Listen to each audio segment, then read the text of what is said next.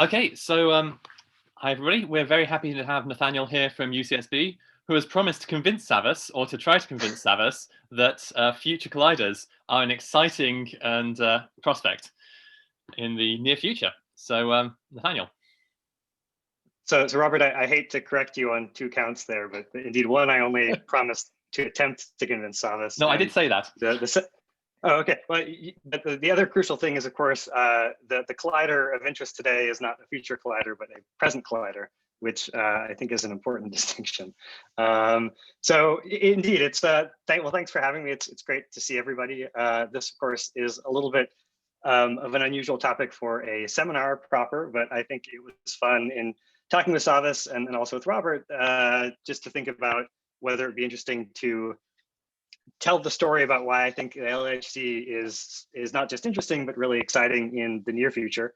And there's really too much to say on this topic. So I've tried to sort of curate some things that I'm particularly interested in, but I'd also be happy to pause or go off in tangents for anything that you happen to be curious to hear more about. So with that preface, let's get into it. So I think it's natural, in sort of writing this kind of talk to recognize, why it is that this is even a question, right? Why it is you'd be asking whether the LHC is exciting and whether one should be thinking about the LHC or something else in the next decade. And one of the reasons maybe to not be so enthusiastic about the LHC is just the sensation that we are sort of getting to halftime. And maybe, it feels like we are at halftime and we are on the side that is not winning. And the reason for that is just that, if you go by time elapsed since the start of collisions relative to the whole lifespan of the LHC, we're about a third of the way through that time. And it gets a little worse if you actually look at the sort of timeline plots that we usually make, where, on the timeline plot, 2021 is sort of 2/3 of the way across the line. And by the time we get to 2026, we sort of go blah, blah, blah, and then it's the end of the LHC. So it feels like we're at halftime, and it would be very surprising then if anything unusual happened in the second half that hadn't already happened in the first. But the thing I just want you to keep in the back of your mind for all of this, right, is that however long the experiment has been running is irrelevant. What really matters is the amount of data that's been collected. And from that perspective, we have 6% of the data that will be collected at the LHC is on tape, and the remaining 94% is ahead of us. And that alone doesn't guarantee that it's going to be interesting. We, of course, had two large energy jumps, one when we turned on the LHC and one when we upgraded it to 13 TV. We don't have any more energy jumps. And so you might think, okay, 94% of the data at fixed energy is not exciting. But part of the purpose of today's talk is to convince you that 94% has a lot that we're going to get out of it, and a lot that really would reward thinking about it more as theorists. The other piece I think about why maybe it feels, one could feel tired about the LHC at this point is you could just ask, well, let's even say there's something interesting that could happen in the next rest of the LHC data set. What is it we're going to learn about in the sort of space of theories? And this is just a cartoon, so please don't interrogate it too carefully, but you could just ask if there's new physics out there somewhere. You could plot it in the space of sort of the mass scale of the new physics, and let's say 1 over the coupling of the new physics. And so in that space, we have sort of carved out a region that in my axes looks a little bit like the front of a Shinkansen train, right? There's at sort of in the upper left corner, low energy experiments and tabletop experiments, things that are probing irrelevant operators that correct the standard model. Those sort of go up and to the left. Then there's sort of, as you go to direction of new physics, there's whatever energy scale you're capable of reaching. You're relatively flat as a function of coupling. That's kind of where the LHC lives. And then as you go to lower couplings, your sensitivity to mass scales might drop. So that's, again, a region that's populated by direct production of new physics at higher intensity, lower energy colliders. And then finally, at very low mass scales, of course, we're able to get to things like tabletop experiments. And so, you could just say, okay, in this space, right, these different types of apparatuses are pushing forward these boundaries in different ways. And the LHC is really just pushing up a little bit in energy from where we are now. So in terms of the promise of experiments that will push this frontier, it doesn't seem that exciting. But the other message of the talk is that the places where the LHC is pushing on this boundary actually span the entire gamut of direct production of new particles, whether they're strongly or weakly interacting. It pushes precision tests of new physics through irrelevant operators, and also it is not that we have some sort of uniform frontier that we are advancing. There are all sorts of interesting holes and pockets that we've left behind that the LHC is not sort of fated to leave, but instead is going to be able to push through. All right, so that's my sloganeering. So let's get into some of the physics. Okay, so I'm going to break this talk into a couple of different parts. The first one is just thinking about actually producing new physics, the sort of thing that I think most of us, got excited about the LHC for in the beginning. And so let me start this not with an actual quote from Galileo, but something that is closely related to a Galileo quote, which is, to discover what is discoverable. So I think the sense of maybe why the LHC is going to just be a little bit more of an onward march and there's not much more room for excitement, I think probably comes from something at least that I was trained to do as a SUSY theorist, which was to look for stops and gluinos. And so these are some projections from Atlas and CMS about what will happen between now and the end of the HL-LHC. When the projections were made, we only had about 36 inverse femtobarn of run 2 data. That data set was increased by about a factor of 4 subsequently, which is what I've shown in the smaller plots down at the bottom. And so if you just looked at the projections, there's clearly range to go relative to where we already have been in the LHC. But I think the thing, especially when you look at where we got to by the end of LHC run 2, it's natural to lose courage a little bit, because one of the lessons is that the current data set, the current exclusions, cover the discovery region, the 5 sigma discovery region that you would have by the end of the HL-LHC. So I think if you look at these plots, the conclusion you would draw is, for these degrees of freedom, the ability to discover something at the remainder of the LHC at 5 sigma is now diminished. And that doesn't mean it's not still interesting. We can still get 3 or 4 sigma evidence for something, which would be very compelling. But at this point, given what we've excluded, it's becoming harder and harder for these states to discover it. So that's not the optimistic message that I'm going to be telling, but I think it's important to start with a sense of realism about what it is you might have been paying attention to. The situation is both very similar and very different for other degrees of freedom, for example, in supersymmetry. So I'll just give you an example of the pure Higgsino. So the pure Higgsino is a sort of, it doesn't even have to be Higgsino, doesn't have to be supersymmetry, but the idea is this is just a vector-like lepton doublet. And that has the interesting property that if nothing else is in the game, there are radius splittings in the standard model coming from the unequal masses of the photon and the Z that make the charged and neutral components of this multiplet split by a very small amount that is calculable. And so the consequence of that is that, of course, if you produce these things, you typically produce the charged states, and then they decay to the neutral states, but because the splitting is so small, they take a little bit of time to do so. And so for just an electroweak doublet like of the Higgsino, they travel a c tau, a distance in the detector of about a centimeter before the charged component decays. And so that means the signature is a centimeter long charged stub that goes then invisibly with a very, very soft pions or leptons are your other decay products. And that's just a terribly difficult signal to look for, but it's a very interesting one, because if you had to pick one degree of freedom, say in supersymmetry, that you would want to look for, that you would want to be guaranteed to be there at the weak scale, it would be the super partner of the Higgs. And so for a long time at the LHC, it was just thought to be hopeless to look for this charged stub, because to reconstruct any sort of charged track in the tracker, you need to have enough hits on tracking layers to actually see that you have a track and to have some idea that it's not just some detector or beam effect. And it was just thought that a centimeter was too short. So what's interesting about the plot on the left, this is a run 2 Atlas result that actually has, I think, the first non-LEP exclusion of the pure Higgsino by really turning everything up to 11, getting the most out of the tracker, and using that to do the search for these very short charge stubs. And so they actually were able to make an exclusion extending from the LEP bound to about 140 GeV. And that's just exciting, because that was something where we went from not being able to do it and thinking it was impossible to doing it, at least by some degree relative to LEP. So that's the positive part. The negative part is that the prospects looking forward are very similar to what you would get for stops and gluinos. So the right-hand side is a projection for the HL-LHC, and this little green dashed area is the inset of the current limit.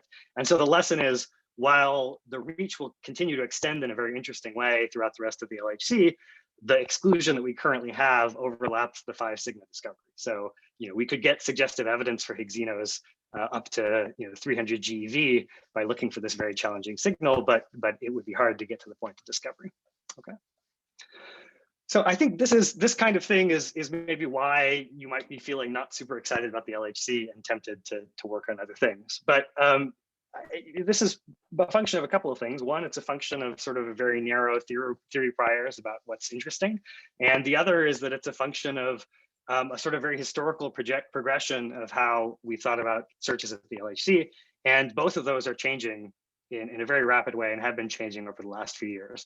And so I just want to start pushing out in some of those other directions to give you a sense of what is interesting in the next decade. So one of the simplest lessons is maybe, okay, stops and gluinos, unsurprisingly, we're not going to make a lot of progress because those were kinematics limited. They have large production cross sections and relatively distinctive final states. And once you can make them, you make them enough to discover or exclude them. But electroweak physics is a very different game. Electroweak physics is not kinematics limited, it's statistics limited. And so the production of electroweak physics at the electroweak scale is something that will be exciting through the end of the LHC because it benefits from the integrated luminosity of the HL-LHC. So just as an example, you can ask about, for example, the production of gluinos that decay into invisible final states and pairs of W bosons. And that's a situation now where, although this projection, the Atlas exclusion shown is slightly old, the real exclusion hasn't changed much. And so there's an enormous parameter space that has both room for discovery and suggestive signals that will continue to evolve sort of linearly during the operation of the HL-LHC. So this to me exemplifies a nice message, which I learned as a postdoc from Scott Thomas, which is the thing you should want to do in the standard model looking for new physics is discover electroweak physics at the electroweak scale. And the prospects for that are still very much in play. That's also exemplified, you can go through all of your other favorite electroweak multiplets in supersymmetry or otherwise, and the story is largely the same. Where we go from here, we have exclusions that are a few hundred GeV, but there's considerable space either to discover something or to get an interesting signal as you integrate more luminosity with the LHC. So this is just to point out that even not doing anything challenging, letting the LHC integrate luminosity, there's a lot more discovery potential than we've achieved already. But that's not a very interesting talk to give. So let's try to get into some more novel things. So another thing that could just actually be right under our noses and being made in enormous abundance and highly motivated is another Higgs boson.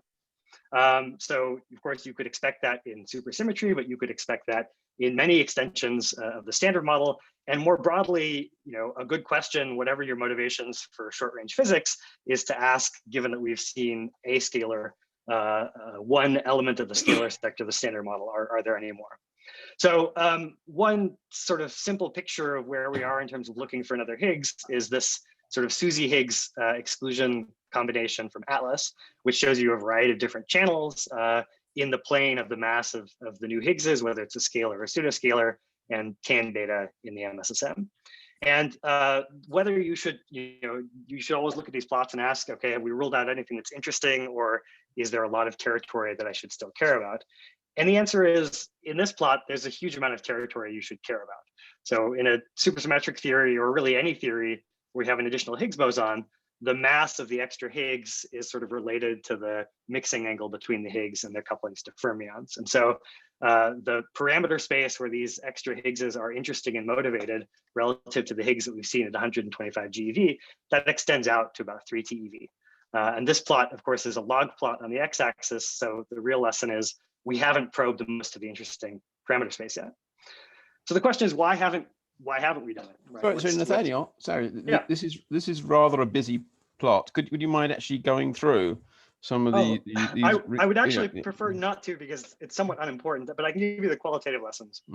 So the big gray thing on top, I really don't, these searches, the point is none of these searches are interesting for getting into the black region.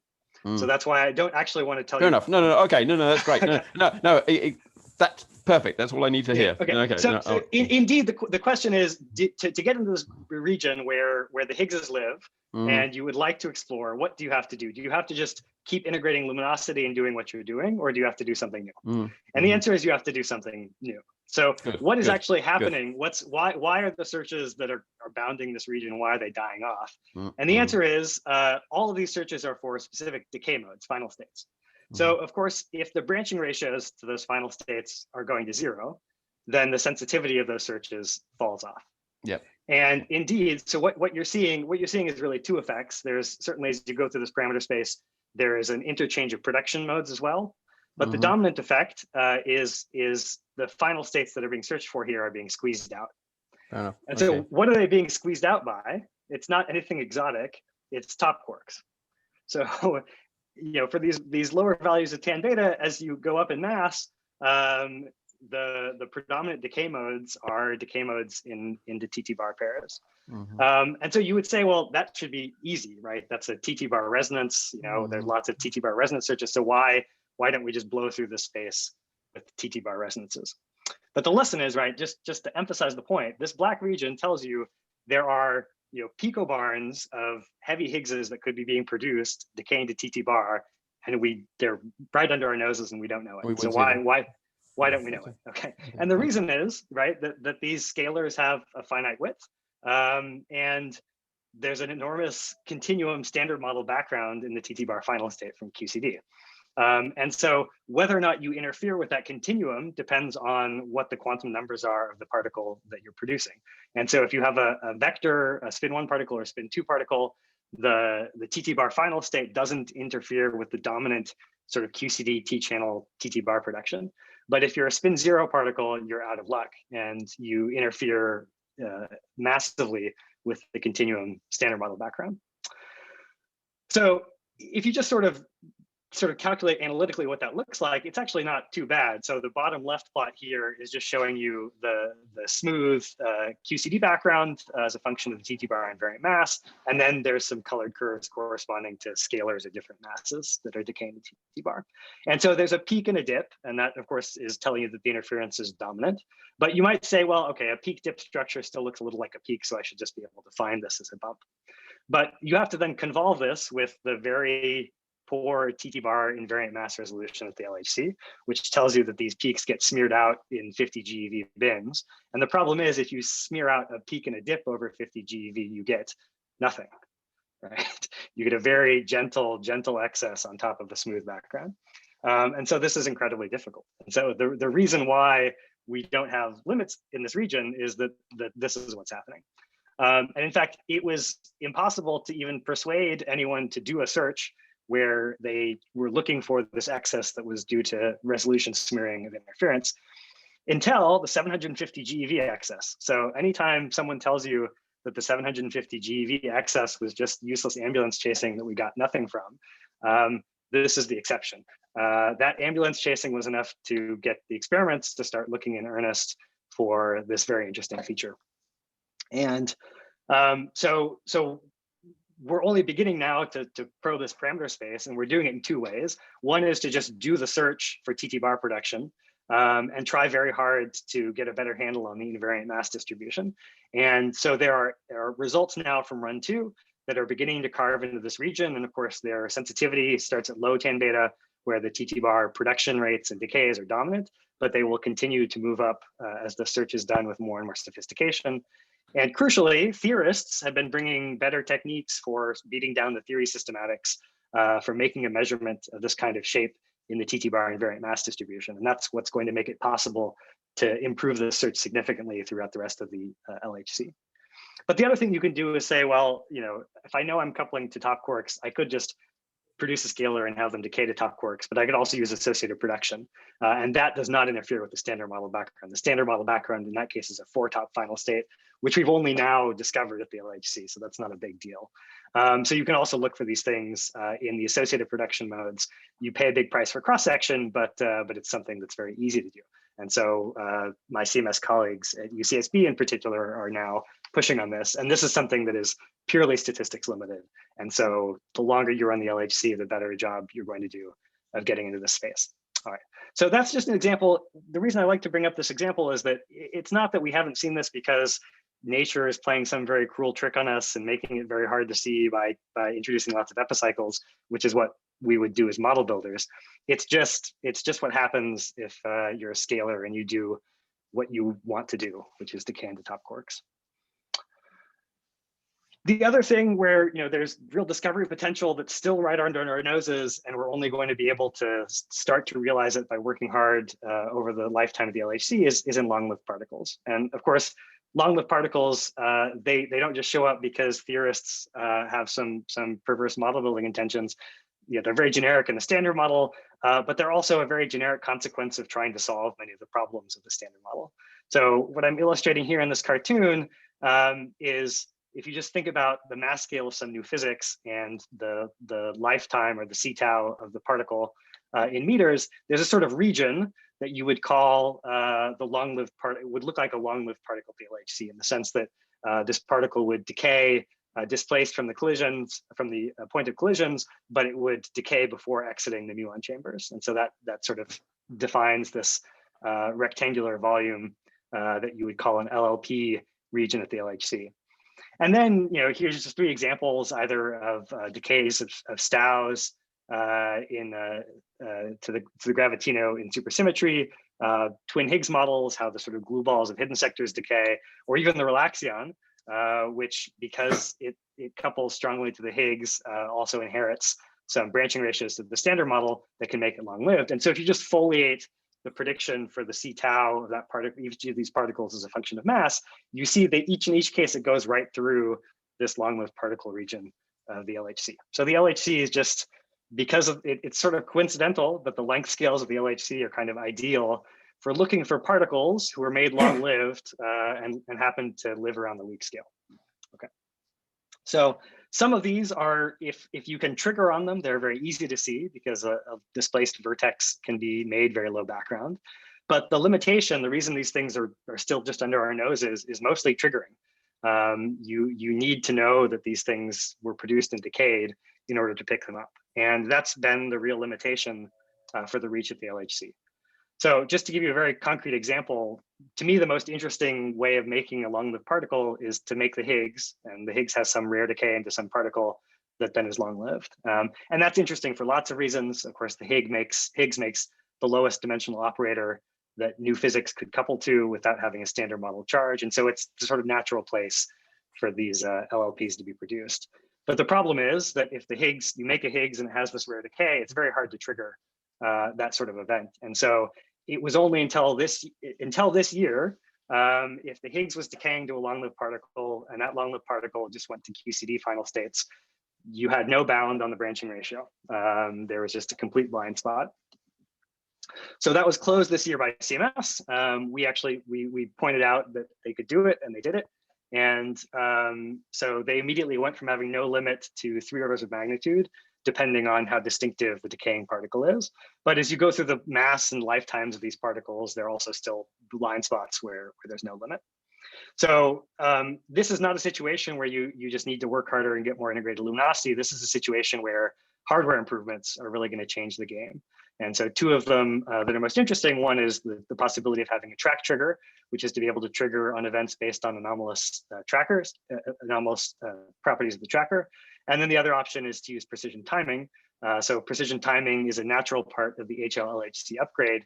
But crucially, if you can build in a trigger that also uses precision timing, then you can trigger on events because they are delayed with respect to something traveling at the speed of light from the collision point. And that's a great way to pick up long-lived particles.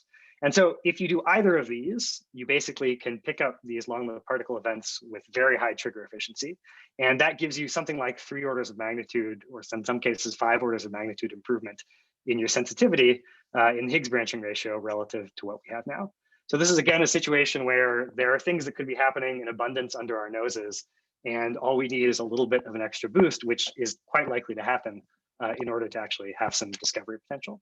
Okay, so this is not incremental. This is not factors of 2. This is orders and orders of magnitude. All right, so that's just some examples of what I think is interesting in discovery of new particles.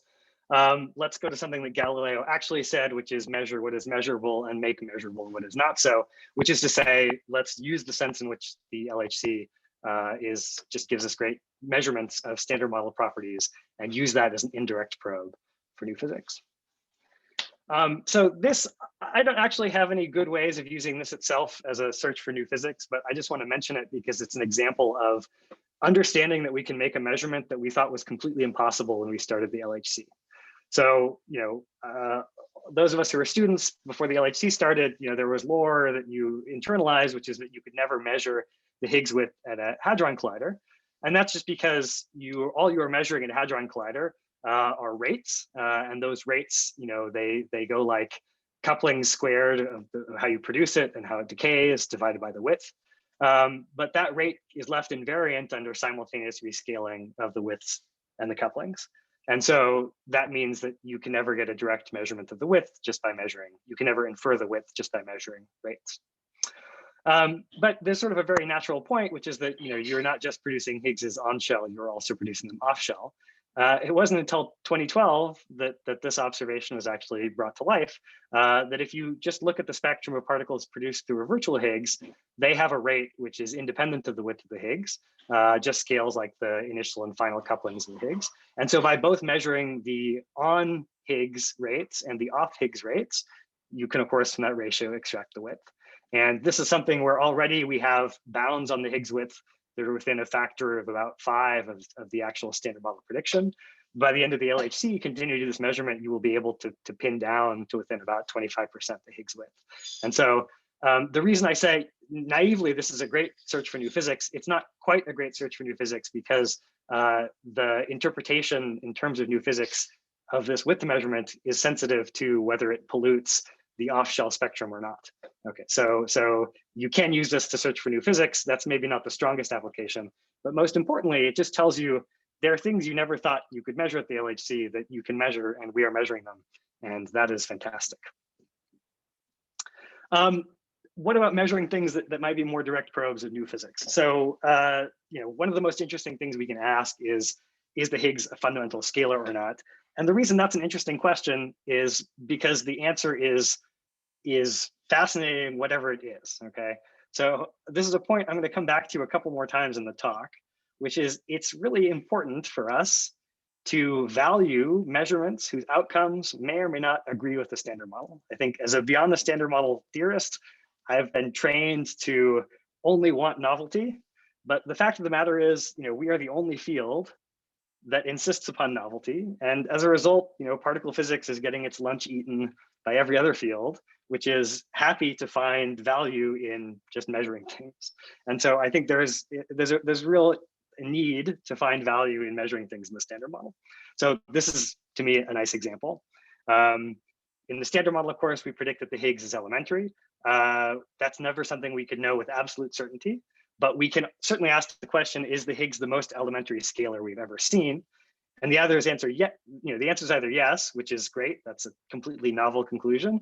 Or the answer is no, and that means there's a whole bunch of new physics associated with the compositeness of the Higgs. So where we are now with LHC data, so of course, to say that we're measuring the size of the Higgs, what we really mean is we are probing certain irrelevant operators that are, in some sense, the form factors of the Higgs. And the natural one is this dimension 6 operator with 2 derivatives. That's the sort of leading Higgs radius operator. So right now, we sort of are probing that operator relative to the Compton wavelength of the Higgs that tells us, that the Higgs is sort of, could it potentially be a composite particle that is slightly more composite in terms of the ratio of its form factor relative to its Compton wavelength, could be slightly more composite than the pion. But the improvements that we'll get by a factor of 3 or 4, by continuing to measure this through the HL-LHC, that really takes us well past the level of compositeness of the pion and to the point where we would know with confidence either the Higgs is the most elementary thing we've ever seen, which is great, most elementary scalar we've ever seen, or it's a composite degree of freedom, and then we've discovered new physics. Okay. Another thing in this spirit is, the discovery of a Yukawa force, right? So when you measure the Higgs couplings to fermions, what you're really asking is, are we witnessing a Yukawa force between fundamental particles, which is something that we had not seen until we verified the Higgs coupling to 3rd generation fermions in LHC run 2. So that was another discovery, which I think is very exciting. And so there's this nice quote from Gavin Salam. I think Gavin is maybe overstating it slightly. Actually, Nathaniel, would you mind going back to the previous slide? Sure. So that's a quartic Higgs operator you're talking about, with of course with momentum factors. So what's the best observable? What's the observable that's most sensitive to? So it can't. You can measure it either through momentum dependence of multi-Higgs production. Of course, we don't have a good measurement of that. So if you're assuming that I only put 0 or 1 Higgses to their VEVs, of course, if I put 2 Higgses to their VEVs, then it's wave function normalization of the physical Higgs, right? And that leads to a shift in all Higgs couplings to standard model particles. I see. So that is the leading the current. So it's a sort of the indirect. It's an indirect sort of constraint on that. Okay. Yes, the current constraint is indirect, but indeed you will further improve the measurement by looking at the PT distribution of multi-Higgs production. Okay, thank you. Yeah. It's probably important to note that this would show up in the Higgs to WW and Higgs to ZZ branching ratios. And those processes are going to improve a lot at the HL-LHC when you get access to W fusion in the forward direction. Michael, it actually doesn't show up in their branching ratios. It shows up in their production rates. In the production rates, I should have said. Rates. Yes, you're absolutely right. Thank you. Okay. The rest of the point was correct, though, I think. Yes. Yes. Very good. Okay, so I also, it's also important just to emphasize the value of measuring the fact that the Higgs mediates a Yukawa Force. And so I do like this quote from Gavin, and maybe it's an overstatement of the significance, but it nonetheless emphasizes it. But the question is, we've observed, these couplings to third generation fermions in the Run 2 data set. So the question is really, what are we going to get from the rest of the LHC?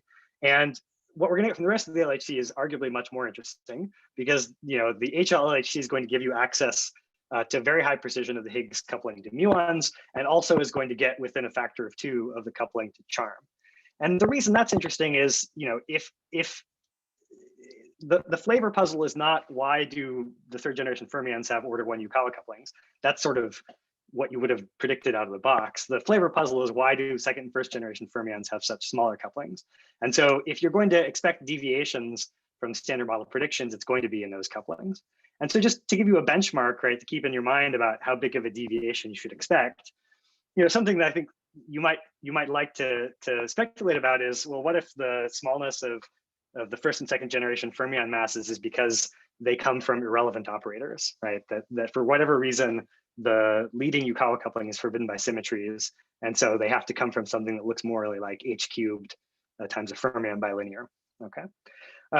And so if that's the case, if the light generation, Yukawas come from irrelevant operators, the modification relative to the standard model is by a factor of 3, which is something that you would see, of course, both in the Higgs coupling to muons, but you would also see it in the Higgs coupling to charm.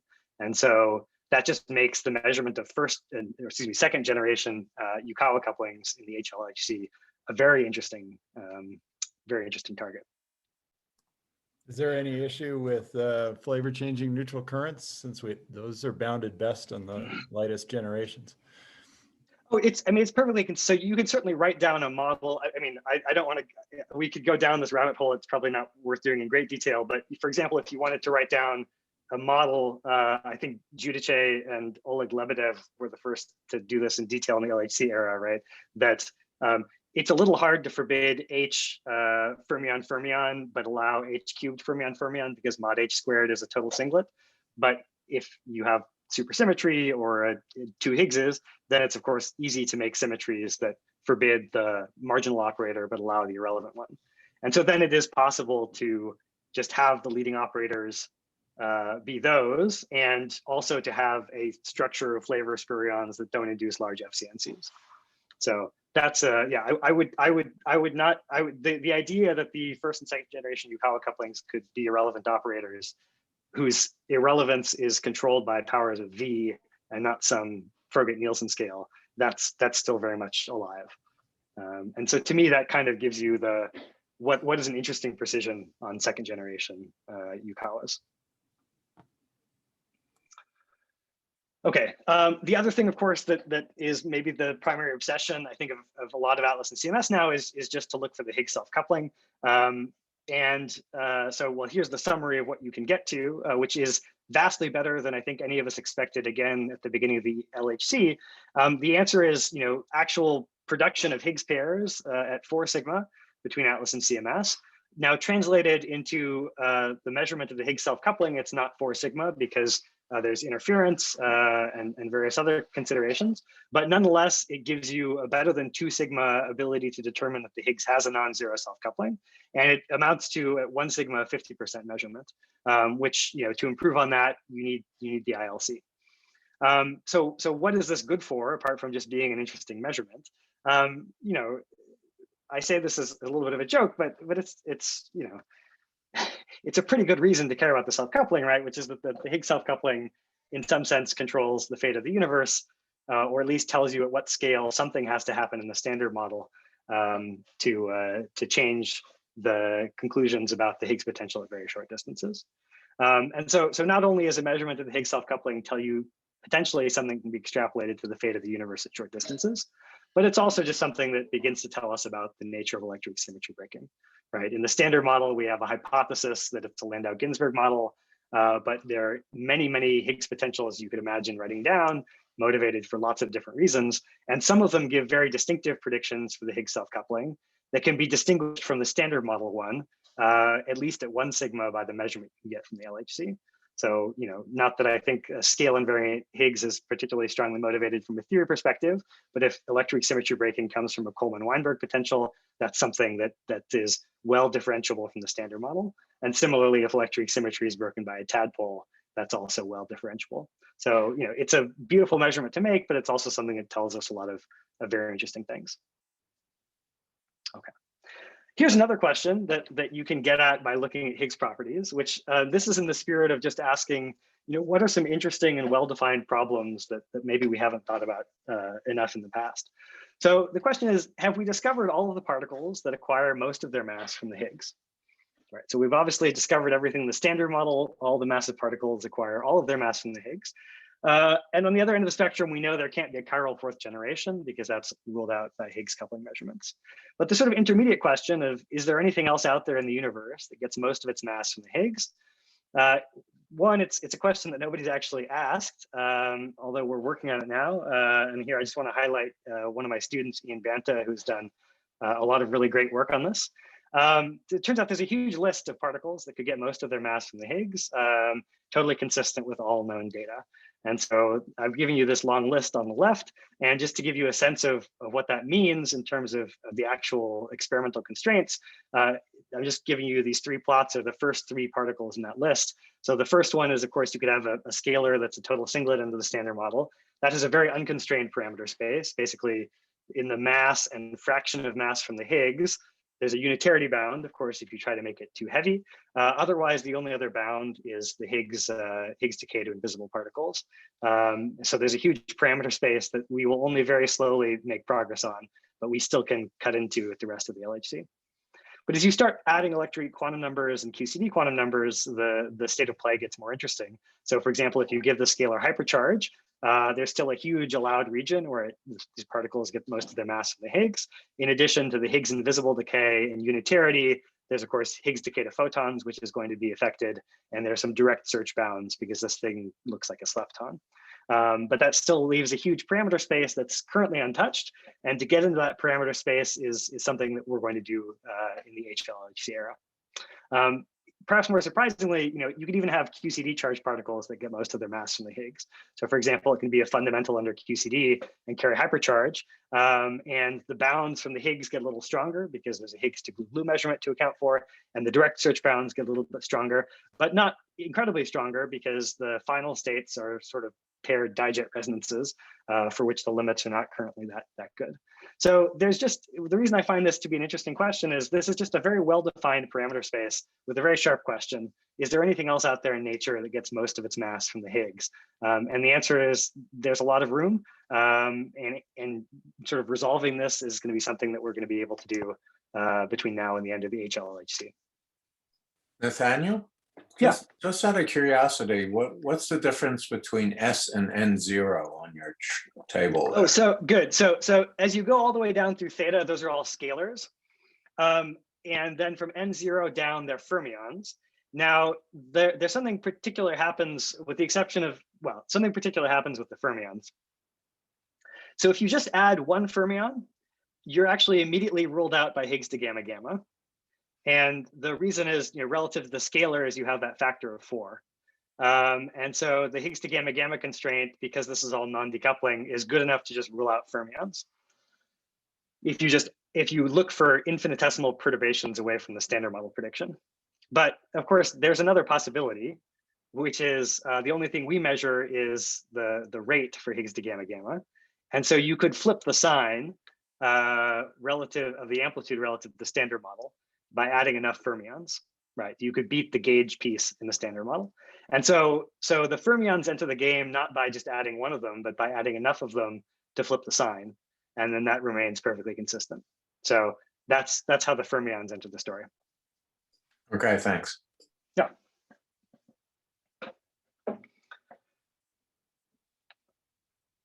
There's sort of two more things just in this spirit of making indirect measurements that I just want to highlight. So obviously we're making lots of measurements of the Higgs by looking for the production and decays of the Higgs itself. But the LHC can also just leverage its energy to give us a great deal of discovery potential. And so one way that you can play this out is in the Higgs without Higgs program, which was nicely articulated by Francesca Riva and collaborators at the end of 2018. And the point is sort of an obvious one. In the language of an effective field theory, if there's a deviation in a Higgs coupling, it corresponds to some operator that grows with energy. And of course, as long as you don't try to leverage energy growth beyond the unitarity limit associated with that operator, you can just, you can set competitive constraints on this new physics by looking for the energy growth as opposed to looking for the production of an on-shell Higgs itself. So this table sort of has some nice examples. For example, you would say if you wanted to measure the Higgs coupling to top quarks, normally you would say you would look for Higgs top associated production with an on-shell Higgs. But of course, that operator also corresponds, for example, in any gauge other than unitary to a couple of longitudinal vectors coupling to top quarks. And so you can look for those processes and leverage their energy growth without ever having a Higgs in the final state. The same is true for the Higgs self-coupling, for which you can look at these sort of interesting multi-body longitudinal vector boson fusion processes, as well as the sort of Higgs couplings to pairs of vectors, and even the Higgs coupling to gluons. And so the plot on the right is just a demonstration that, if you pick one channel of direct search for the Higgs self-coupling modification by looking for Higgses, and if you just pick an analogous channel where you look for this Higgs without Higgs, at least by their estimate, the bounds are competitive. Now, there are many channels for di-Higgs you can combine. There are fewer channels for this Higgs without Higgs you can combine, but nonetheless, it tells you that this sort of leveraging the energy growth at the LHC gives us a very complementary way of testing new physics. And the other thing to emphasize is this is an innovation introduced by theorists within the last few years. And so, just to highlight, there's a lot of room here for theory to come up with new ways of testing the Higgs. The other interesting opportunity is really where you can start to put the LHC head to head with LEP, despite the fact that we think of LEP as being the precision experiment. So here's just two examples of looking either at dilepton final states or diboson final states. So the left plot is one of dilepton final states. And of course, we're used to thinking about using dilepton final states to measure precision electroweak observables. The ones that LEP did best were the S and T parameters, but there are also the W and Y parameters, which are corresponding not to the sort of gauge boson physics on shell, but gauge boson physics on the tails. And because those correspond to dimension 6 operators with derivatives, their effects grow with energy. And so that means, precision measurements of Drellian at the LHC are capable of vastly improving on the sort of constraints you would have gotten from LEP. Okay, so for operators that affect standard model physics that have energy growth, the LHC is already beating LEP, and the story will only get more interesting in the next decade. And just as an advertisement, there's a KITP program that starts week after next that is precisely about all of the interesting things you can do with precision measurements at high energies. So there's a lot, I think, remains to be explored here. I would also be remiss if we talking about indirect measurements, remiss to not mention the prospects for flavor. So, whatever your perspective on physics beyond the standard model, one of the more interesting pieces of evidence for new physics might well be this variety of persistent flavor anomalies. So in particular, the RD star anomalies and also the RK star anomalies. And just the thing I want to emphasize here is that there is very decisive input, obviously, from Bell2 to be made into these anomalies, but there's also a lot of input from HL-LHC, particularly associated with the LHCb upgrades. So these are just illustrations, in looking for consequences of new physics associated with B to C tau nu or B to S mu mu. And in both cases, if there's new physics, we will learn a lot from Bell2, but we'll also learn a great deal from LHCb upgrades. Okay, so that's direct discovery and indirect discovery. Now let me really slaughter the Galileo quote and turn it into discover what is discoverable and add auxiliary detectors to make discoverable what is not so. So something we've already seen, a theme is that the LHC produces many things in great abundance, and the real challenge is triggering on them. And there are some things that are just not triggerable, but nonetheless, you could afford to discover if you no longer had to worry about triggering. And the way to no longer worry about triggering is to build some other auxiliary detector and separate it from the collision points with a lot of rock and other shielding, and then just use that as a receptacle for whatever light and weakly coupled physics comes out. So there's a whole host of these sort of auxiliary detectors that have been proposed now. They're within varying degrees of realism. So the FASER, of course, this is a forward detector that is using the very large forward inelastic cross-section of proton-proton collisions. That has been approved and is being installed and will be collecting data. I think still it's on track for data in 2021. The Millikan experiment has not been funded in full, but as I'll tell you in a second, they of course have run their sort of preliminary demonstrator. And that is basically a scintillator that is placed away from the CMS collision point to pick up millicharged particles. There's Codex B, which I think there's still some question about whether it could be constructed, but this is an auxiliary detector adjacent to the LHCb collision point that is looking for production of long-lived particles off axis. And then there's Methuselah, which I think maybe is the least likely of these four to go on shell, but is I think the greatest in ambition, which is to put sort of shipping containers of scintillator boxes above the ground on top of either Atlas or CMS and use those to discover long-lived particles that are produced in the primary collisions. So I don't want to talk in detail about all these experiments. They're just an illustration that there are nice ways to build little experiments that leverage the enormous cross sections of the LHC. But I do want to talk a little bit about Millikan, not least because it's something that is being driven a lot by my experimental colleagues at UCSB. So the idea behind Millikan is to look for millicharged particles that are produced again in great abundance at the LHC. And it's a very simple detector. You just have stacks of scintillators and PMTs and a hodoscope, and you point it towards the interaction point with some shielding, and you see what you get. And so the location, the cavern where they'd site it, is about 50 meters away from the collision point in the CMS cavern. And the full experiment hasn't been funded, but they had put together a demonstrator, which has 1% of the cross-sectional area of the full detector. And so that was installed and operated during run 2, and running over what is ultimately just over 1% of the LHC data with 1% of the cross-sectional area of the proposed experiment, they have already set world-leading bounds on millicharged particles. So they've already been able to completely exceed existing experimental bounds in the sort of GeV to a few GeV range. And if you can imagine now getting the full experiment and the full luminosity, that factor of 10 to the 4 is going to really push into new territory. So this is just a nice demonstration of what you can do with these sort of auxiliary detectors. All right. The last topic I'd like to touch on is something that Galileo might have said as well, which is to dispense with theorists. Nathaniel, before you go on from Millikan, can you go back for a moment?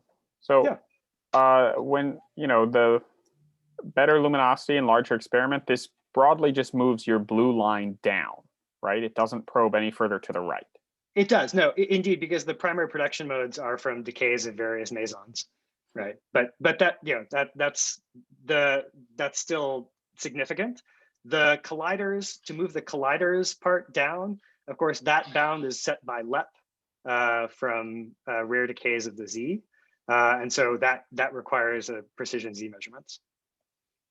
Okay, so the best you're going to get is what, like two orders of magnitude or something improvement between, say, 1 GeV and 10 GeV, or maybe more like 3 or 4 GeV or something, right? Because the CMB and effective bound, this may be an indirect bound, but probably fairly robust about, right? It's but yeah, I'm a little curious why you would say only, right? So okay. Here you're in a game where there's a place where there is no experimental limit and no direct limit that contravenes it.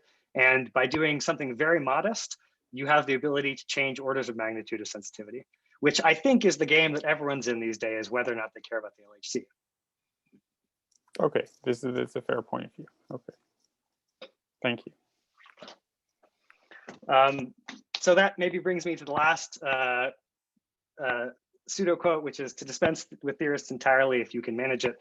And the rationale for this is just keeping in mind that, you know, we've been through an era where there's been a lot of theory motivation in the search for new physics, but it is worth reminding ourselves that much of the discovery and assemblage of the standard model did not come because we were told there was some urgent theoretical necessity for something, but rather because we just went out and looked. And so, you know, there's a real question of how do we make ourselves awake to the possibility of further who ordered that experiences.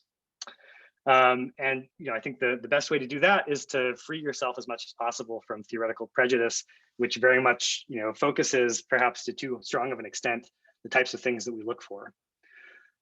So one thing that's been very promising just in the course of the last couple of years is the introduction of general searches. Now, general searches, the idea is not to have a signal model in mind, but simply to simulate, to focus on final states where you have good control of your background prediction, and then simply look for excesses on top of it, and characterize those excesses in ways that are not contingent on some signal selection.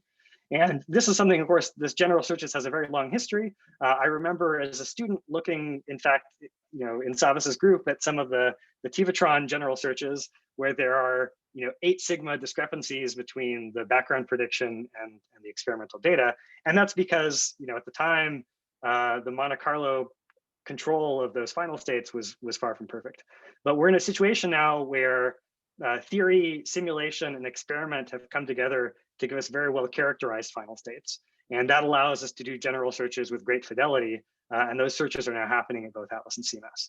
So I just want to highlight that this is something where, you know, totally independent of theory prejudices, it is now realistic to simply look for discrepancies from the standard model prediction. And this will never be as good as a very focused search, but nonetheless, it means that it's possible to cast an even broader net.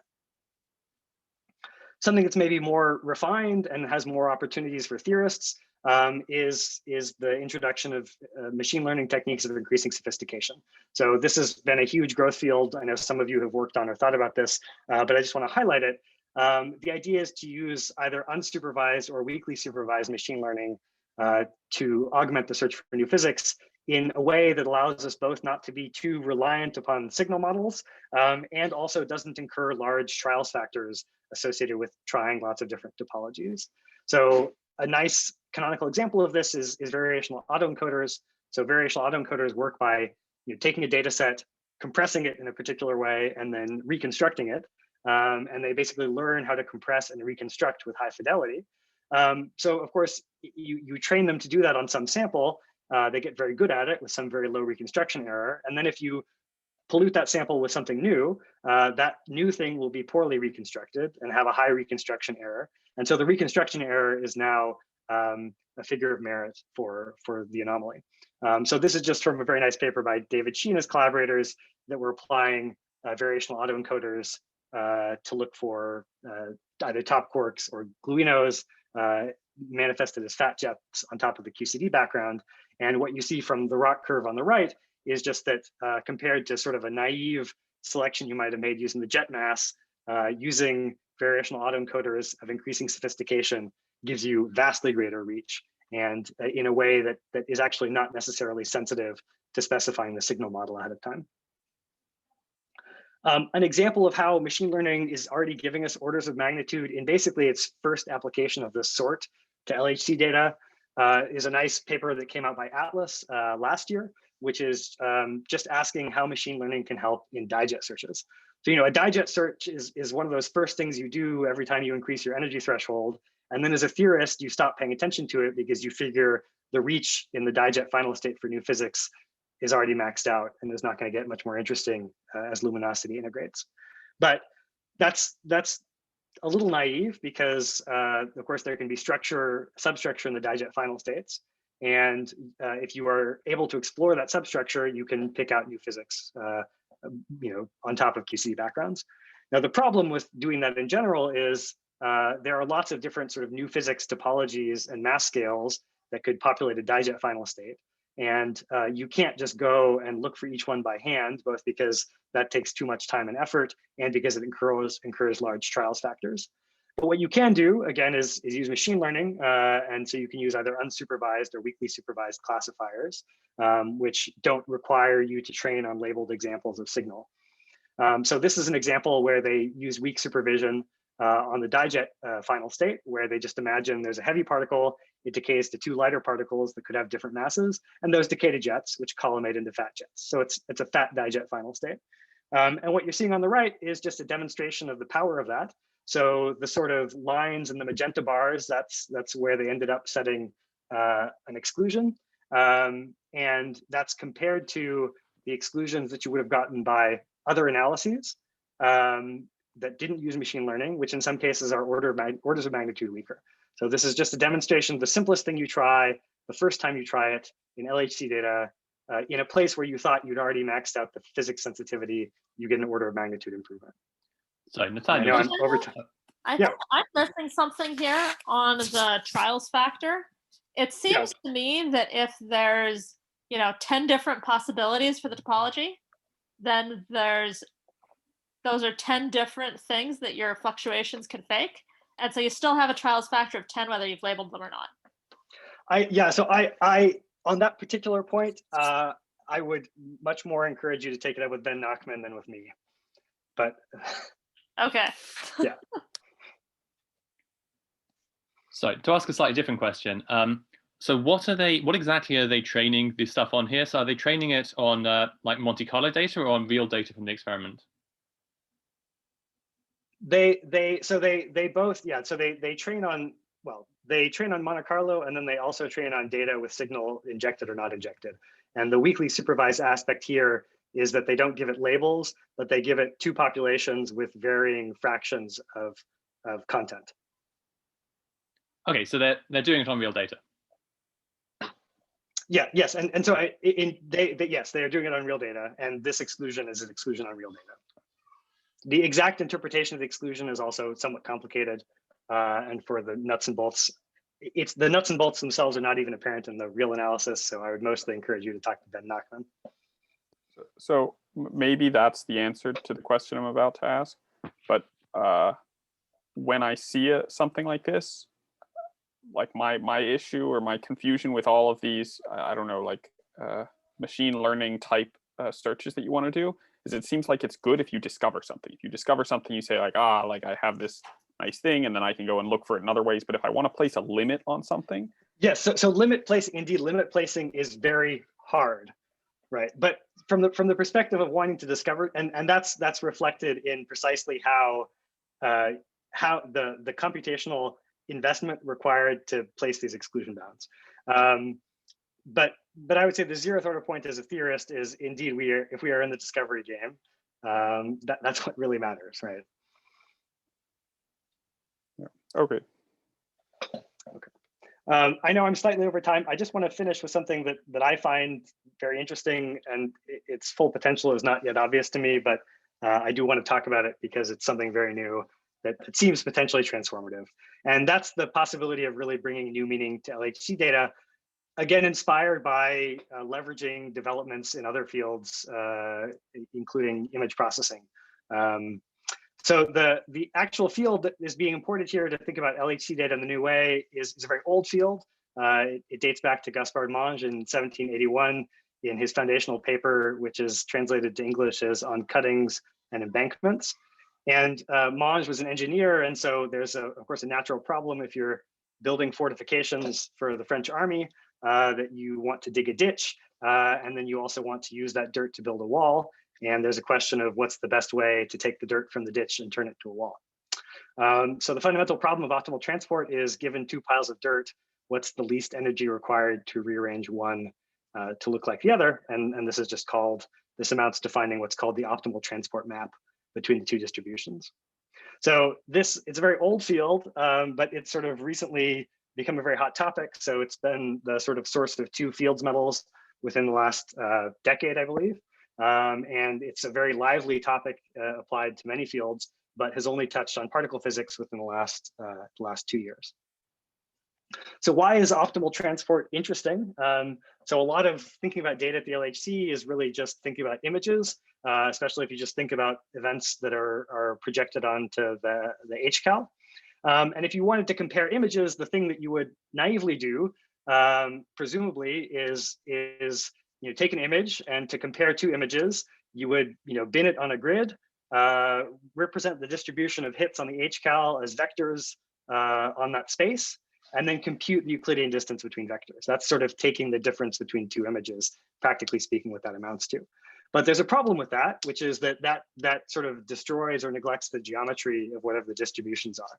So here I'm giving you this very naive example to illustrate, if you just have 2 images, one of each of which has a particle in it, if you just, no matter where those particles are, if you take this image-based approach, you always get the same distance between the 2 images.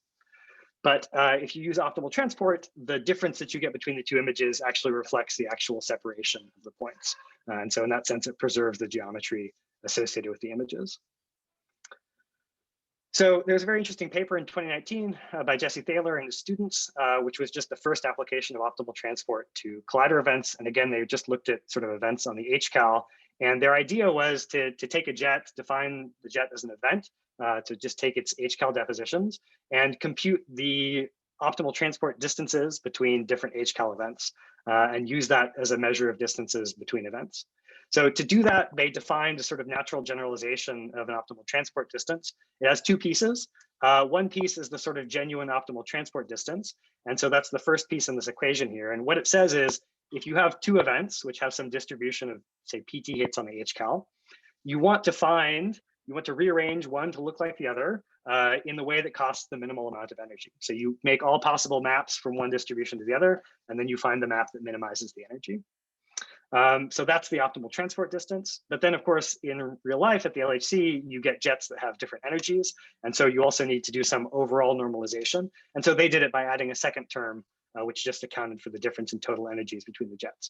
Now, that second term is not unique. There are lots of ways you could do it, but that was a good starting point. So why is that useful? So the left panel is just an illustration of what computing an optimal transport distance looks like between 2 QCD jets. So the dots are just PT hits on the rapidity azimuthal angle plane. The size of each dot is proportional to the PT associated with that hit. And the lines connecting the dots, this is the optimal transport plan. So it's telling you how much PT you move from one point in one jet to another point in the other jet. And then summing up that optimal transport plan, that gives you the optimal transport distance between these events. So what's incredibly powerful about this is if you have a sample of events, you can now reconstruct the sort of metric by computing the pairwise distances between all of the events. And now, once you have the distances between all the events, you can use that as very powerful input into some sort of classification.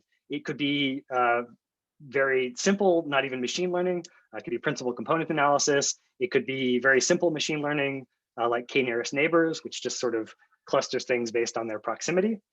And the demonstration of this was on the right hand, they just applied it to W jets versus QCD jets.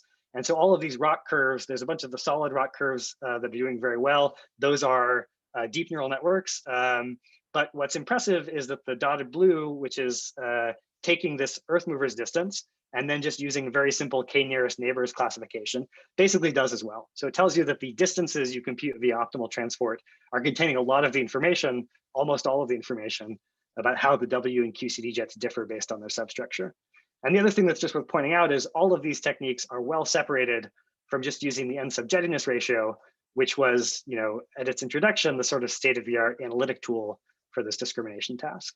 Okay, so there's a lot of power here. And possibly the most practical thing I will ever do in my career was, because this is computationally intensive to compute, we came up with a much more efficient way of doing the computation, which allows you to compute these optimal transport distances on your laptop. So, okay, that's interesting. It's a new tool for classification, but I think what makes it promising is that it's potentially something much deeper. And the thing that is deeper was articulated in the second paper by Jesse and his collaborators this last year, which was basically an attempt to sort of unify all collider observables in the language of optimal transport. So what's the idea? The idea is basically that collider observables, which are very phenomenological and had been introduced over time to sort of address different questions, you can think of any of them as a sort of Earth mover's distance or energy mover's distance of approach between a particular event and some manifold of idealized events. So some examples are the thrust of an event can be interpreted as the distance between the event that you have and the manifold of back-to-back two-particle events. So that distance of closest approach computed by the optimal transport distance is the thrust. Or the event isotropy, so how isotropic the event is on the HCal, that's a distance between your event and some uniform event on the HCal. You can even do this by computing distances to different event submanifolds, which allows you to provide an optimal transport definition of n sub jettiness. So what's I think really interesting about this application of optimal transport is it's probably a new tool for anomaly detection and classification. That seems very promising, but it may also just be a very well-defined way of sort of unifying all of our existing collider observables. And once you've done that, of course, then it's possible to come up with new things that you wouldn't have thought about until you had this unifying language. So this may be the first time you've heard of optimal transport. I hope it will not be the last. I think it's very interesting, and there's still a lot to explore. So I apologize for going over. I won't give you a conclusion, except my very firmly held belief that the next decade is only going to be a dark era for particle physics if we close our eyes to the LHC. So thanks very much. Thanks for the opportunity to tell you about these things, and I'm happy to answer any questions you might have. Okay, well, super. Thanks very much. That was very cool to hear about. Thank you. Yeah, Savas, any questions? Oh, yeah, sure. Yeah, no, this was an excellent therapy session. I feel much better. You did a great job. I mean, one of the reasons for the pessimism that prevails our field is that originally we thought, well, because the weak scale is there, we'll probably find something more there for various theoretical motivations. Now that we didn't find anything, there seems to be equal probability to find new phenomena, and I'm all for looking for new phenomena. Equal probability between 1 TeV and the Planck scale.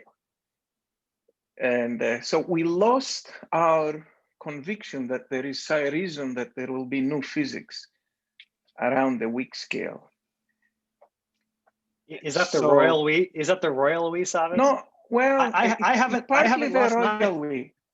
Yeah, it's partly the royal we, but you admit that the hierarchy motivation was a strong motivation to look there, and even apart from the hierarchy, the fact that there is a scale there that seems to beg for some explanation is suggested that there will be new physics. Well, we haven't found anything.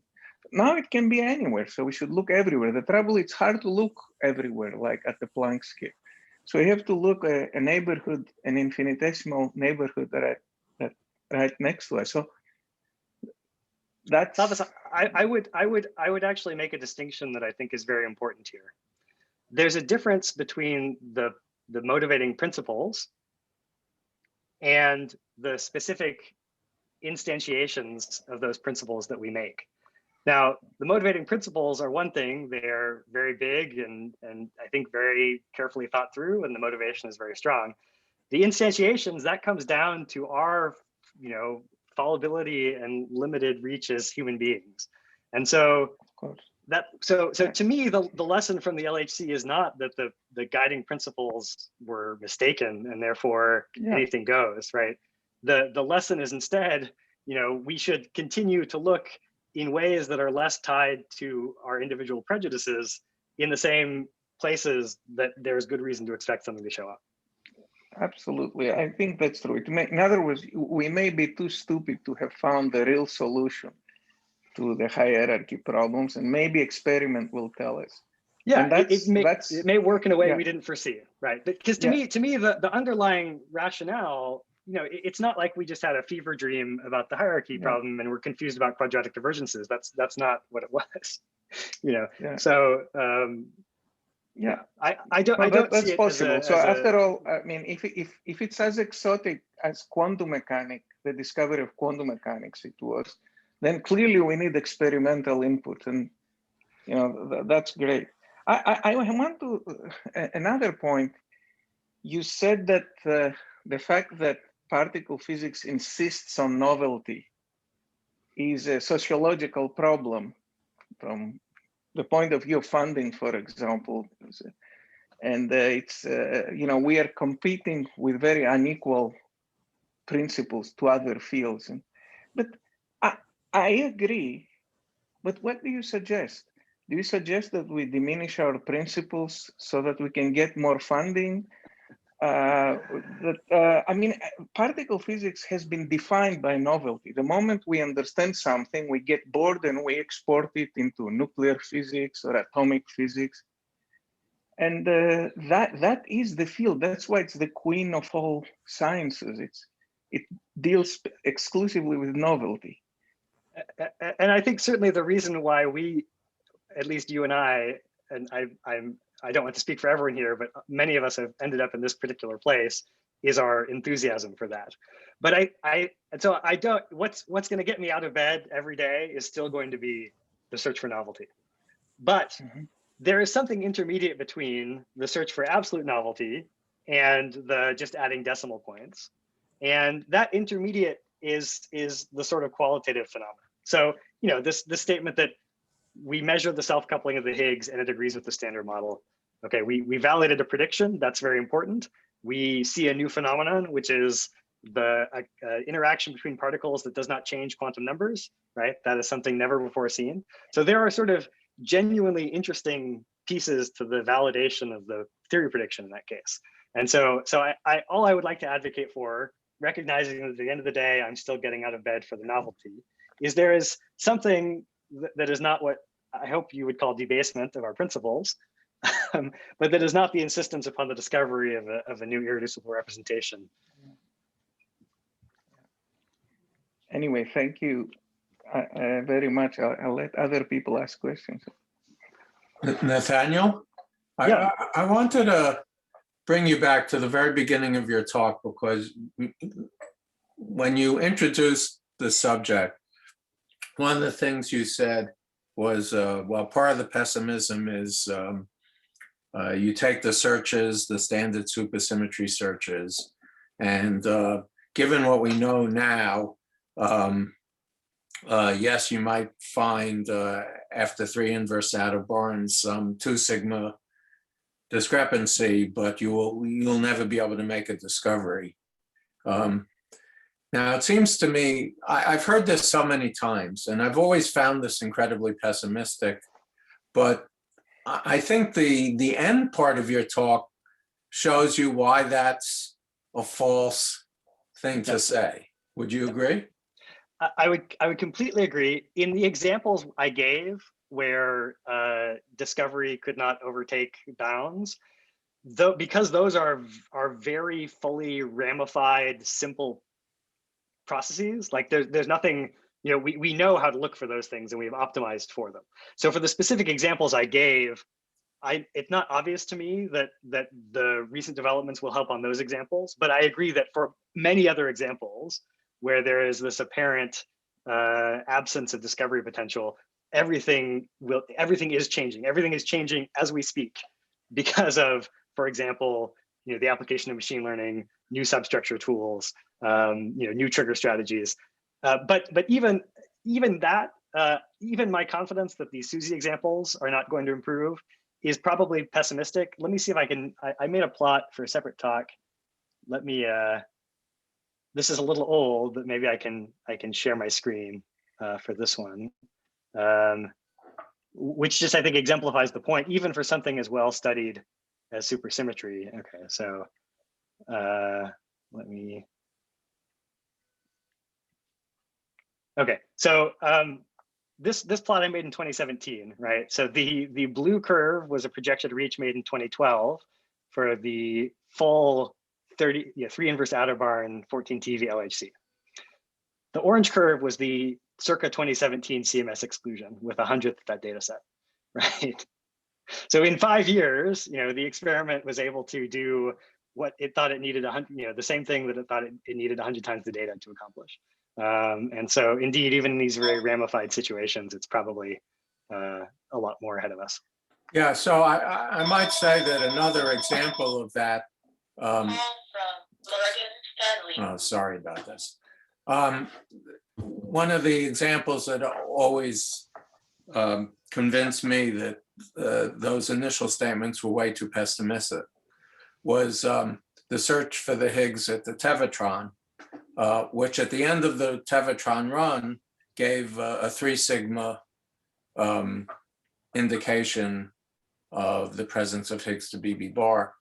But had you made a projection 10 years earlier, based on what everyone knew at that time, you wouldn't have gotten anywhere near close to that. And so it always, so when people make these statements saying you can't make a discovery based on what we know now, I always think back to these, and I say you're selling the field short when you say that. And just as a further, I like your example. This was my favorite one recently, from looking back at the ECFA 1984 workshop to motivate the LHC, and in which the conclusion was that discovering the standard model Higgs was going to be an impossibility. So, anytime someone tells you, right, that the guaranteed discovery of the Higgs boson was the motivation for the LHC, even that was not thought possible. Very good. I like your theory blind approach to searching for new physics, or maybe it's not yours. No, it does require theorists. It doesn't yes. require theorists who like your definition of novelty. That's all. It requires theorists who actually have to roll up their sleeves and do hard work. Yep. And the outcome of this search will be a lot of people writing a lot of papers about places where the standard model theory wasn't that good to begin with. That's what's going to happen, right? I suppose so. What would you? Yeah. So I guess maybe a better way to characterize it is the theory prejudice free searches. I know. Do you free have of your theory, but not free of my theory? Theory prejudice. Oh, yeah. Sorry. Yes. Precision theory, and it's going to end up finding the places where the precision theory wasn't that accurate. Absolutely. I would like to think that even the pie in the sky beyond the standard model theorists, as time goes on, have increasingly apparent and expressed appreciation for precision theory. Nah, you haven't experienced that'll never happen, Nathaniel. You know that. Well, I'm appreciative of it. Can I ask a technical question about Yeah. A to TT bar? Yeah. So that's a resonance plus a continuum. So there's always a resonance squared piece, which is strictly positive. Yes.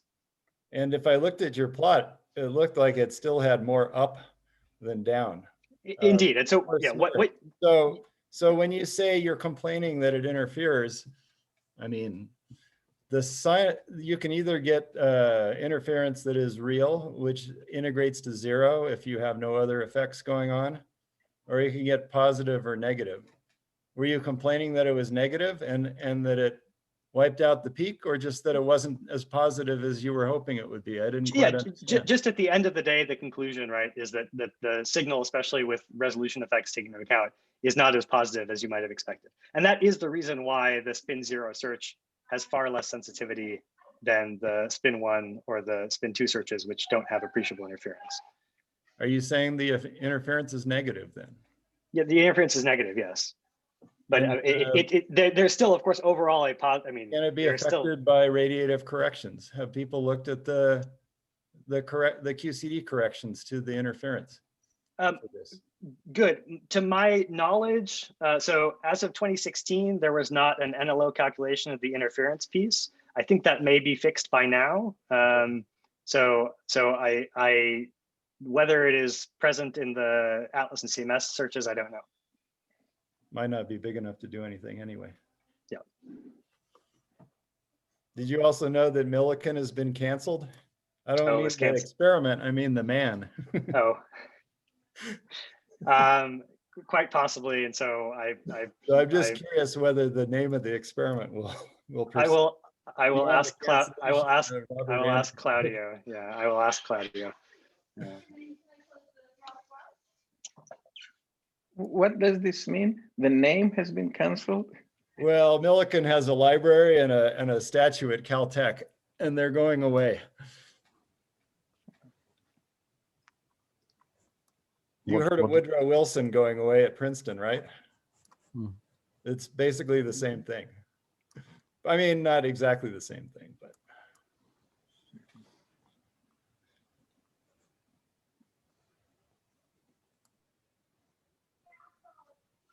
So Nathaniel, can I make a 2 points on your very nice talk? So one thing to say to Savas is there's this psychological fact that the conclusions we draw from a set of facts depends on the order in which you learn the facts. This is well known. So imagine we had only recently discovered the Higgs, and imagine we had never had LEP. We'd gone immediately to the LHC, and we'd never done a precision gauge coupling measurement, and suddenly we'd seen the miracle of apparent gauge coupling with, you know, some TV-ish SUSY scale there. Wouldn't you suddenly be tremendously excited about these new pieces of data coming up? You know, if you just learn, you've seen nothing for many years at the LHC, and then suddenly you find these two new pieces, wouldn't your view of things change tremendously? Yes. So what's the more? I'm missing something. So you. Sometimes one can be falsely pessimistic. Yeah. Oh, absolutely. Yeah. Because I can't wait to see because the recent information is negative rather than recent information being positive. But this can be.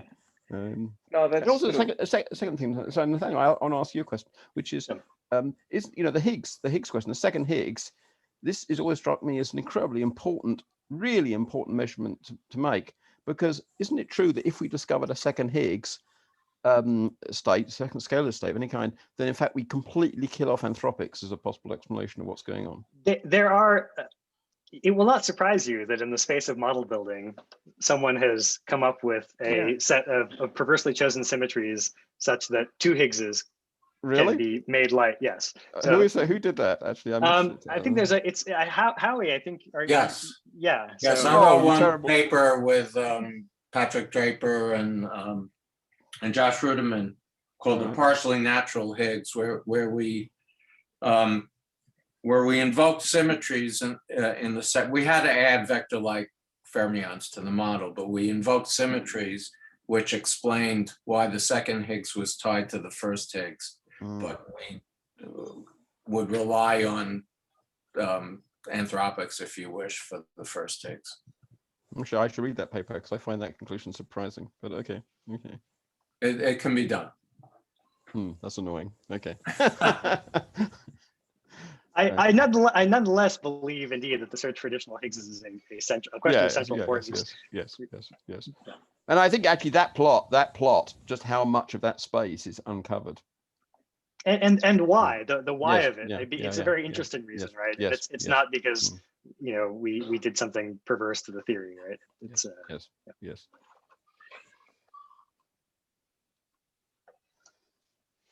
Well, it's just electroweak competing against strong, isn't it?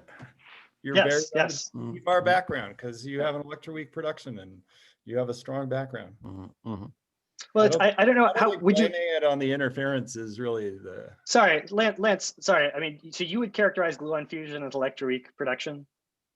Well, it has a loop in it. It has some G's, but it also has a electroweak parameter and a loop, so it's not very big. It's electroweak. I guess I would say it's intermediate. Scale, you know, and it's competing with a tree level with only strong. So I don't know. You can call it what you want, but it's just not.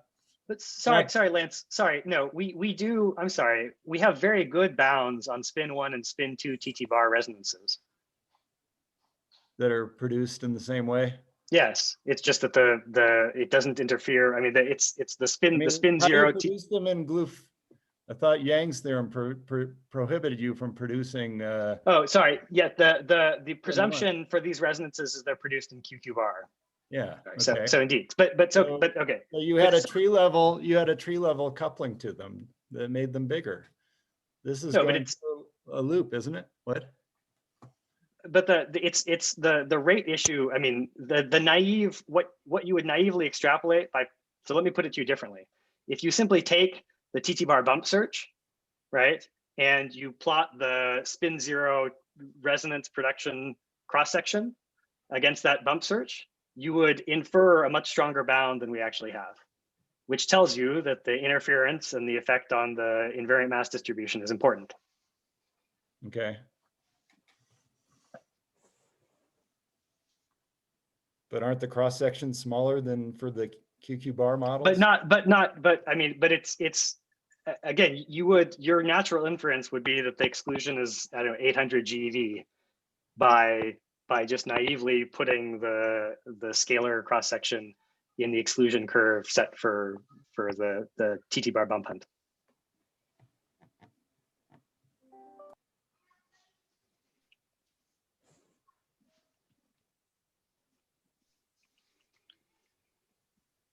Okay, well, does anyone else have any other questions? Well, if not, then thanks, Nathaniel, again for a great talk, and thanks everybody for coming. Thanks for having me.